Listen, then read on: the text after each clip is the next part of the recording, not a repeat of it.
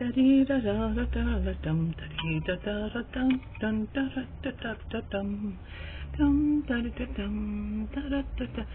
hello, whoever, wherever, whenever you are, wherever you're here, whatever you're doing, however you got here. Thank you for showing up. I'm Denise Matteau, and I want to welcome you. I'm going to talk about black rice, not brown rice.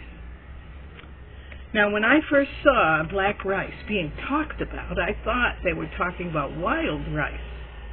But wild rice, of course, is not a rice at all. It's another form of grain that grows along the shores of the Great Lakes and has long been a staple of Native American tribes. And I've always loved to have some wild rice in the springtime, especially with fiddleheads, trout, and morels. That's always been a welcoming meal. Since I've lived in the South, almost none of those things are available. But black rice is also called forbidden rice because it is so good and so nutritious that, of course, at one time the Chinese dynasties forbade the common people from eating it. It was only for royalty.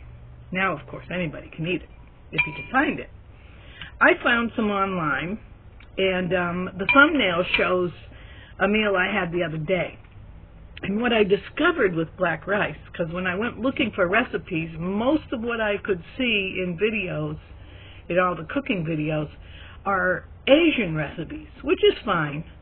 But, you know, I'm kind of into the American, French, American, Mexican, Tex-Mex, you know, New England comfort food zone. And I wanted to integrate black rice into my usual. Oh my goodness. That's a jet flying low.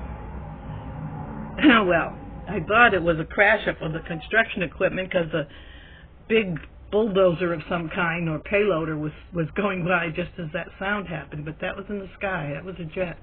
Oh well, anyway. The sky's not falling. Anyway, what I discovered with the black rice was that its nutty, full flavor goes well with beef stock.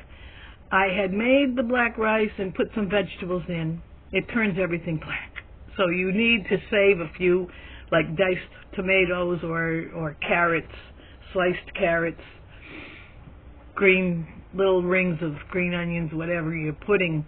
Save some aside to sprinkle over the top so that it doesn't look like a bowl of black mud. But the rice is very good. And as I say, it mixes well. I cooked it with beef broth. And then I had some left after I had that first meal of it and found it was very good. I had cooked enough to have some in the fridge.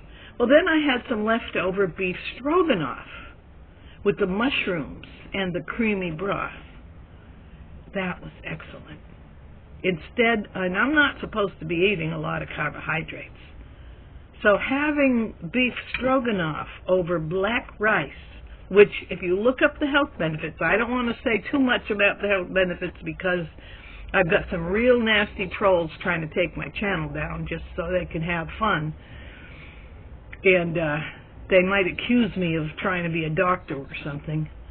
But if you look up the health benefits, you'll discover why the same people who are supposed to avoid starchy carbohydrates would really benefit from switching to black rice. So the stroganoff was excellent flavor. Now, as I say, it disappeared into the blackness of the black rice. So again, I would suggest, especially if you're going to serve company, cook it up separate, but hold a little bit of the creamy stroganoff sauce with the mushrooms and beef tips off to one side and heat that up and pour it over the top of the plate, the bed of rice. Oh, it's excellent. Now today I'm having, I don't know if I could show you. Will it, whoops, nope, it'll spill. I spilled some. Oh well. I'm having minestrone, and I had put the black rice into the minestrone, and that's very good. So these are ways to incorporate black rice into a Western diet. Obviously, the vegans are not too happy with me giving these recipes, but you know, if you're a vegan, you can easily substitute for beef flavor in a recipe with more mushrooms or stronger flavored mushrooms. I generally use shiitake mushrooms because that's what I can find at the store. No, these are portobello. Shiitakes are what I find. When I find those, I like those. But usually I buy the portobellos because the grocery stores where I shop always have portobello. So you find yourself a good, strong, hearty flavored mushroom and make mushroom sauce in place of the beef broth. And I think you'll find you get the same effect, the fullness of flavor. And I'm going to continue with the black rice. I'll have more recipes and try to bring it into the Western comfort food. One of the things I love about this time of year and going into winter is that it is soup season. So I've got my lunch ready here, and I think I'm going to sign off and have lunch. But in the meantime, bon appetit.